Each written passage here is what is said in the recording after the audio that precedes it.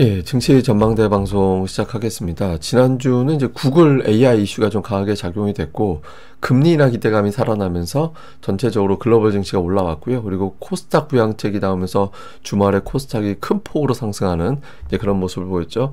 이번 주는 이제 FOMC 앞두고 있는 상태인데, 어쨌든 금리 인하에 대한 기대감이 이어지느냐, 그다음에 국내 정책, 그러니까 코스닥 부양, 상법 개정 뭐 이런 것들의 어떤 효과로 주식시장에 또 정책 효과를 누릴 수 있느냐, 이 부분이 좀 주목을 해봐야 될 것 같고요. 수급에선 외국인들이 주중에는 수매수였는데 주말에 갑자기 많이 팔면서 매도로 바뀌었거든요. 근데 이번 주에 매수할 만한 요인들도 좀 있어서 12월에는 이제 매수로 바뀌는지 좀 봐야 될 것 같고, 특히 코스닥이 굉장히 강했잖아요. 그러니까 이제 12월에 코스피보다 코스닥이 더 강한 그런 움직임이 나올 수 있을지, 그러니까 이 부분도 정리해 보도록 하겠습니다. 우선 11월 전 세계 증시는 그렇게 뭐 좋은 편은 아니었어요. 예, 뭐 그렇게 뭐 플러스 났다 이렇게 싶은 나라들도 별로 없었고, 그래서 전체적으로는 좀 부진했다. 근데 금요일에 이제 급등을 하면서 코스닥이 이제 유난히 좀 올라가는 뭐 그 정도 모습을 보였는데, 뭐 주간으로 보면 일단 코스닥이 제일 셌습니다, 지난주에. 예, 그 다음에 나스닥이 강했고, 이게 이제 강할 수 있었던 거는 일단 기본적으로 금리 인하라는 어떤 기대감이 나오면 성장주에 대한 어떤 관심을 많이 갖게 되잖아요. 그 다음에 또 하나가 이제 AI 기대가 또 살아나면서 뭐 대만이라든가 또 나스닥도 강했습니다만, 이렇게 반도체 관련된 AI 관련된 종목들 비중이 높은 국가가 상대적으로 더 강하게 올라가는 이제 그런 모습을 보인 게 특징이었고, 또 이제 종목으로 봐도 마이크론이 많이 올라왔잖아요. 그러니까 그 엔비디아는 빠졌지만 알파벳, 그러니까 구글이 강하게 올라가고 마이크론 올라가고, 테슬라 같은 경우도 최근에 이제 AI 관련해서 엮어서 보는 측면이 있거든요. 그래서 지난주 이제 AI가 살아나면서 미국에서 관련된 종목군들, 뭐 브로드컴 이런 등등의 종목들이 올라왔고, 그다음에 쇼핑 시즌하고 또 엮여 있다 보니까 주요 소매 관련된 종목군들이 또 살아나는, 예, 그런 모습을 보인 게 이제 특징이었습니다. 뭐 이슈들을 정리해 보면, 우선 금리 인하 기대감이 가장 컸어요. 그러니까 뭐 존 윌리엄스 뉴욕 연은 총재를 비롯해서 한 두세 명, 세 명 정도의 어떤 인사들이 미국 금리 내리는 거 지지한다 이런 발언을 했거든요. 그래서 그 닉 팀이라고 해서 월스트리트 저널 기자인데, 이 사람은 연준의 대변인으로 유명한 사람이잖아요. 근데 이 사람의 어떤 분석에 의하면 파월은 12월에 인하합시다. 대신 1월에는 인하 안 하는 걸로 가자. 그러니까 인하 조건 되게 까다롭게 걸어서 1월에는 인하 안 하는 것 같이 가는 걸로 하고, 일단 12월에는 인하하자. 이런 분위기로 갈 것 같다라는 거예요. 근데 이제 지금 분위기는 거의 그렇게 가는 걸로 보고 있죠. 그래서 금리 인하로 분위기가 바뀐 게 이제 첫 번째 시장에 살아난 요인이 됐고, 그러니까 두 번째는 이제 AI 버블 논쟁이 굉장히 컸었는데, 이게 방향이 바뀌었습니다. 처음에는 이 투자자들의 어떤 그 문제, 투자들이 제일 걱정했던 게 이제 재무 문제. 그러니까 투자가 너무 과열된 거 아니냐. 이 데이터 센터에 대해서 돈을 너무 막대하게 퍼부어서 재무 문제 생긴 거 아니냐. 이런 걱정이 좀 있었던 시기에 공매도 세력들이 등장을 해서 뭐 마이클 버리라든가 이런 사람들이 숏 포지션 쥐고서 갑자기 막 나쁜 점, 회사에 꼬박꼬박 이제 이건 나쁘잖아. 이제 그 뭐 그러니까 계속해서 어떤 반대되는 반박하고 뭐 이런 식의 논쟁이 만들어졌죠. 그래서 한동안 더 AI에 대한 어떤 걱정으로 쭉 가다가 구글이 이제 TPU로 데이터 센터를 만드는데 그게 비용이 훨씬 더 저렴하게 들어가더라.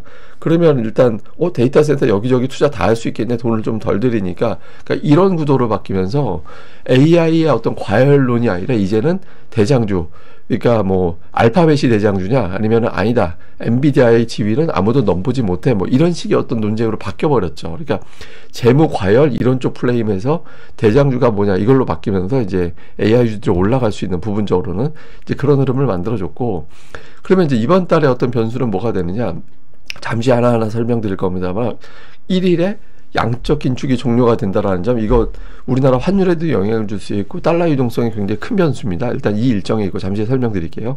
그 다음에 이제 FOMC 회의, 그다음에 마이크론 테크놀로지, 이 세 가지가 우리 증시에는 이제 결정적인 어떤 영향을 줄 수 있는 이벤트다. 그러니까 요 일정들 때마다 이제 시장에서 어떤 형태로 반응이 나올 가능성이 있기 때문에, 그러니까 이 부분을 좀 주목을 해서 봐야 될 것 같습니다. 근데 우선 이제 금리는 10날 예정되어 있는 금리 인하는 거의 유력하게 보는 것 같아요. 이제 시장에서 그렇게 보는 근거 중에 하나가, 블룸버그 분석에 의하면 최근 20번의 연준 FOMC 회의 중에서 예상하고 달랐던 건 2번밖에 없다. 그러니까 거의 시장 예상하고 비슷하게 나왔다라는 거예요. 그러니까 연준에서는 시장 전망하고 반대로 했을 때 금융시장에 충격받는 것도 굉장히 리스크로 보거든요.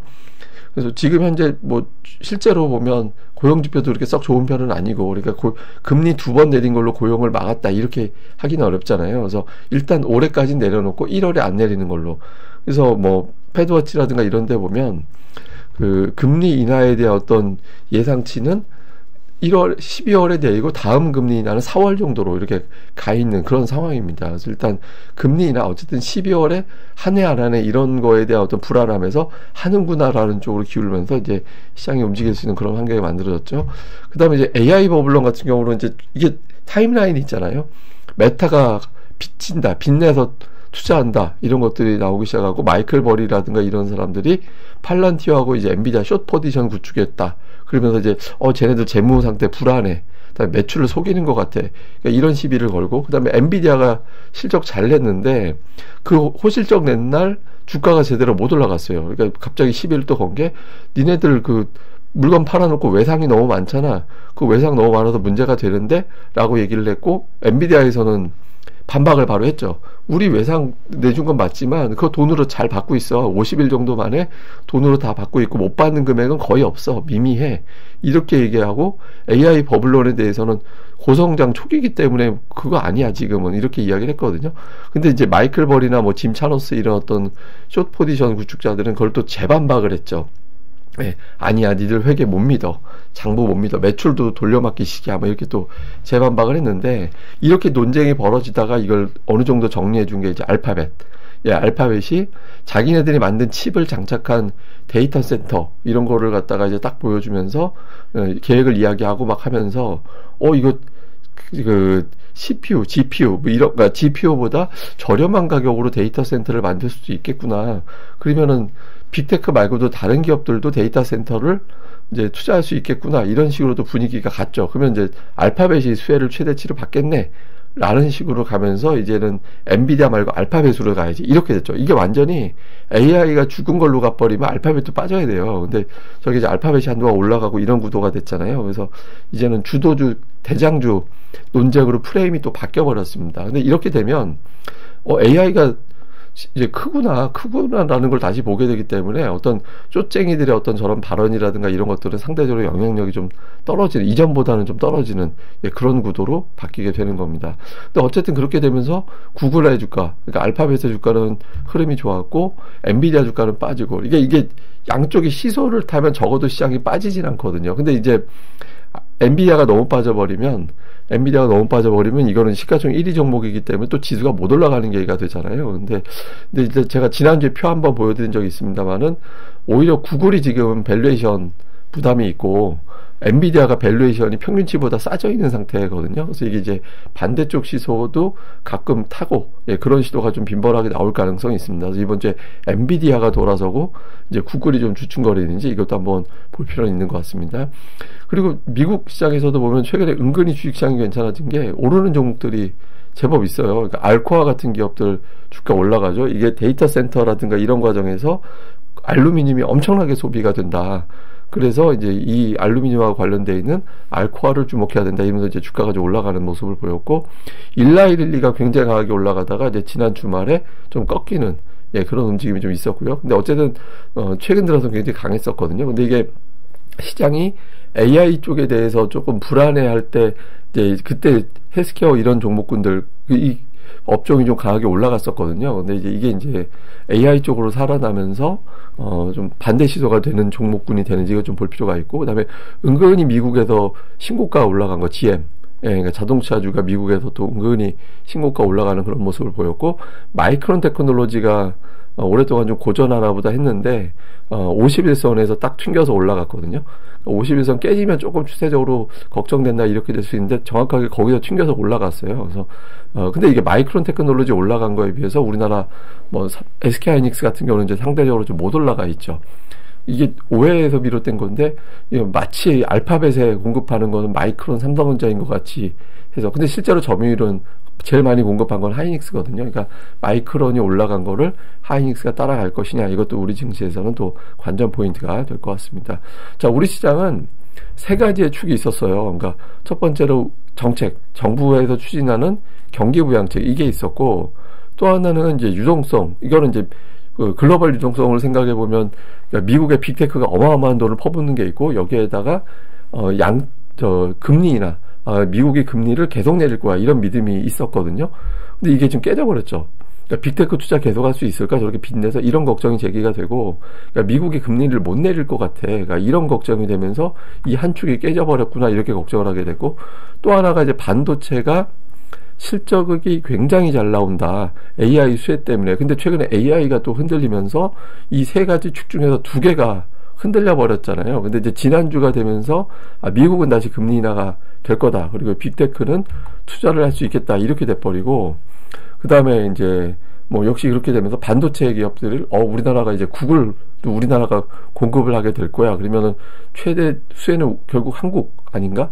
삼성전자, SK하이닉스 아닌가? 이런 분위기가 되면서 우리나라 주식시장도 이제 3대 축이 다시 돌아가는 구도로 일단은 뭐 불안정하지만 돌아가는 구도가 되면서 이제 주식시장이 좀 올라가는 그런 모습을 보였죠. 그래서 어쨌든 코스피가 다행스러운 건 제가 그 전주에도 말씀을 드렸지만 코스피가 2주 연속 하락은 없었다. 그리고 보통 한 주 하락하면 2주는 올라가는데 어쨌든 최소 2주 연속 하락은 없었다. 그래서 지난주 주간증시 전망대 시간에 만약에 돌아오는 주에도 하락하면 추세가 이상해지는 거다. 그래서 그 말씀 드렸잖아요. 다행히 이제 지난주에 올라갔거든요. 근데 더 중요한 건 월봉이에요. 코스피 월봉이 왜 중요하냐면 상승하다가 2달 연속해서 하락하면 그걸로 상승장이 끝나는 겁니다. 예, 과거에는 그랬어요. 이게 보시면 이제 올해 들어서 2달 연속 하락은 없거든요. 2달 연속 하락이 나오면 그걸로 끝나는 건데 과거 이제 하락장으로 바뀔 때 상승장 끝날 때 보면은 이제 그 음봉 두 개를 얘기하는 게 아니라 하락하는 거 두 개.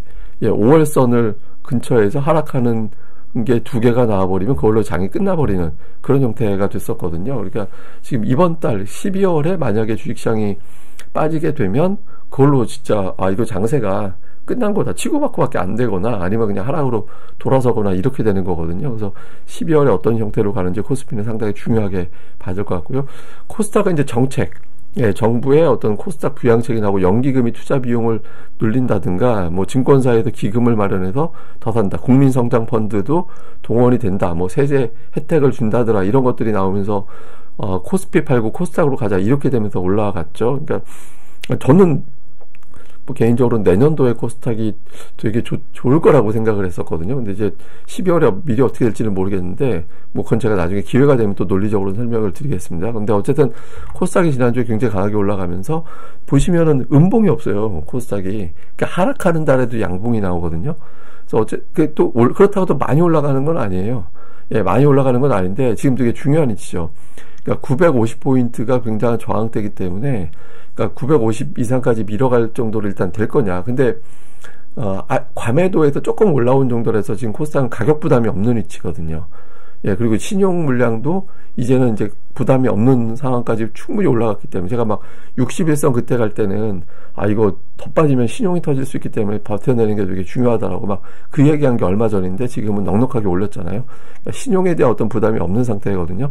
근데 이제 대신 금요일 같은 장이 계속 나올 수는 없습니다. 그러니까 이제부터는 코스닥은 종목별, 그러니까 연기금이 뭘 살까, 투신권이 뭘 살까, 이런 기관들이 살만한 종목, 그다음에 실적 좋은데 눌려 있었던 종목들이 이제 올라가면서 차별화 장사로 좀 바뀔 가능성이 있죠. 근데 어쨌든 지난주 금요일에 코스닥 상승률이 지난 1년 동안 상승률 3위에 해당되는 그런 큰 상승이 나왔거든요. 근데 보통 10위까지를 보면 그 다음 주에 주식시장이 평범한 적이 없었어요. 예, 막 급등하거나 급락하기도 하고, 그러니까 평범한 적은 별로 없었거든요. 그러니까 느슨하게 간 적은 별로 없어서, 그러니까 이번 주에 코스닥도 굉장히 큰 변동성이 나올 가능성이 높다, 상대적으로. 그래서 높다라는 얘기는 이제 종목들별로 오르는 종목은 굉장히 강하게 올라갈 가능성이 있다라는 거거든요. 그래서 주초부터 업종별 수급 구도에 좀 집중을 해야 되는 그런 상황으로 보시면 될 겁니다. 근데 외국인들이 지난주에 좀 아까웠던 게 순매수로 갈 수 있었거든요.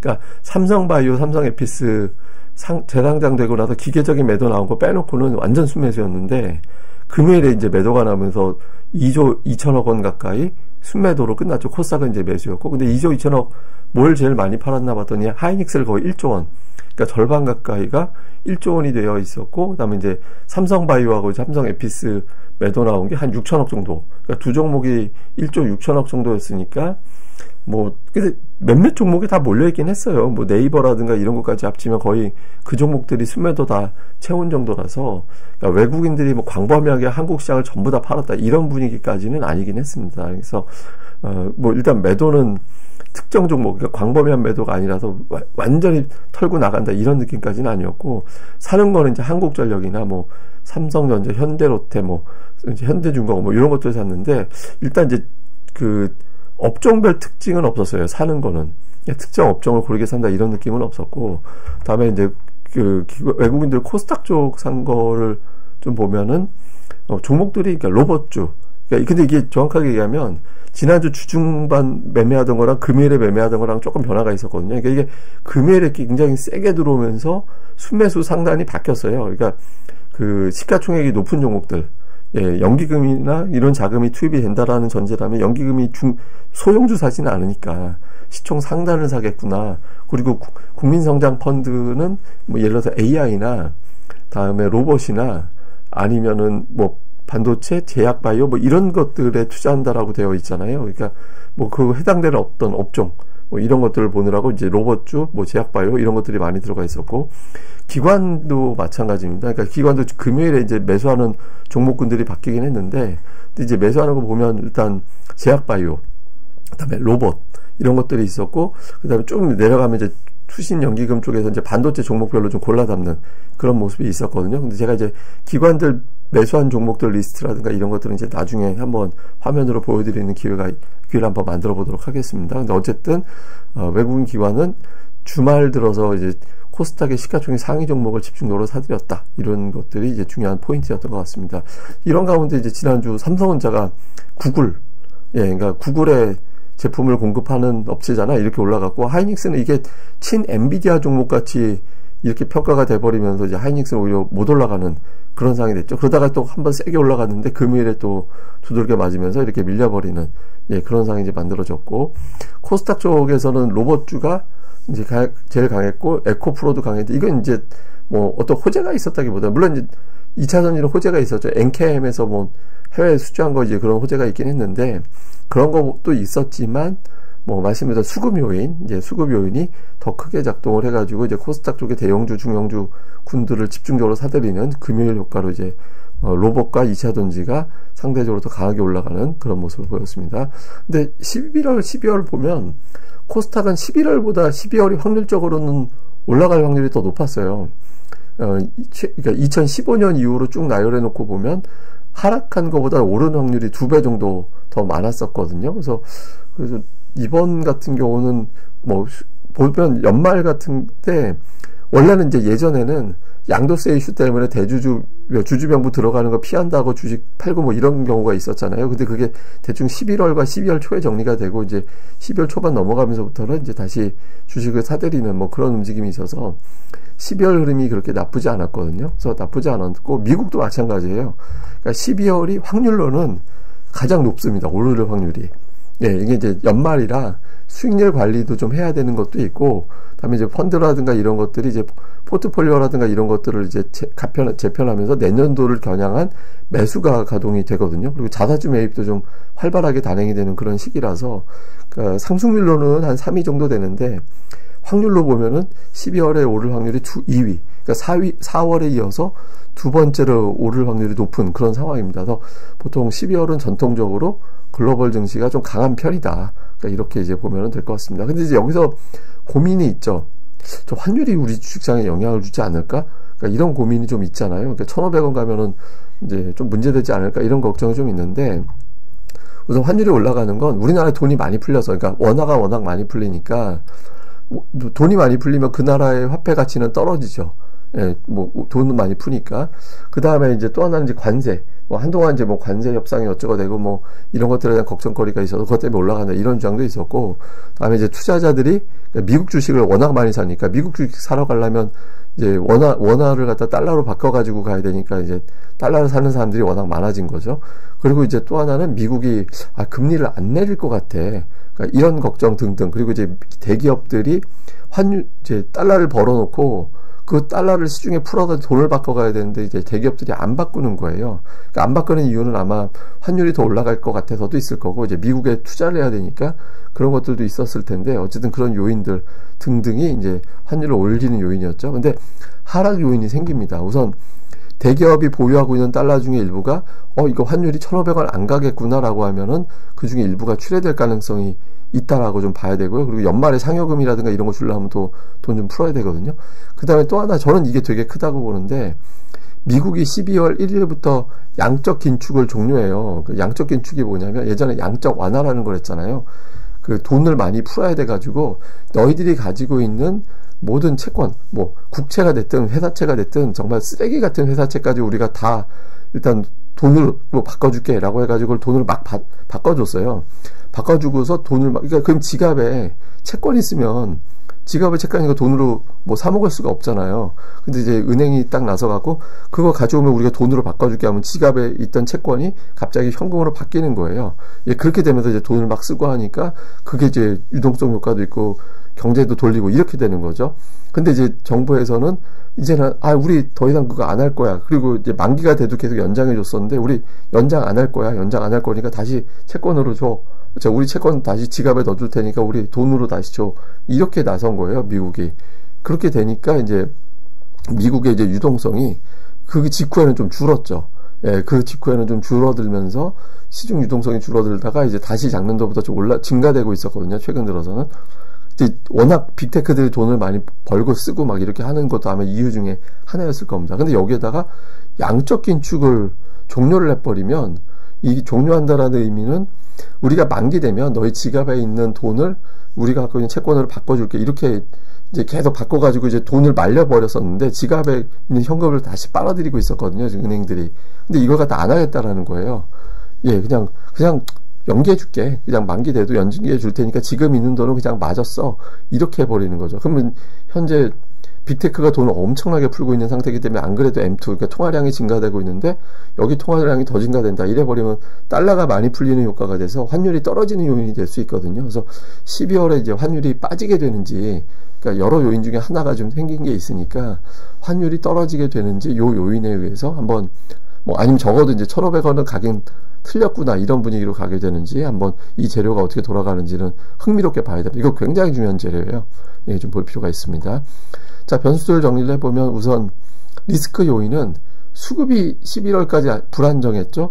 그리고 이제 AI 논쟁이 깔끔하게 정리되진 않았다. 그러니까 엔비디아가 올라가야 돼요. 깔끔하게 정리되려면 이런 어떤 논쟁, 공매도가 한 사람들이 논쟁을 벌이고 그걸 회사가 월가에서 반박하고 이런 것 자체가 별로 안 좋은 거거든요.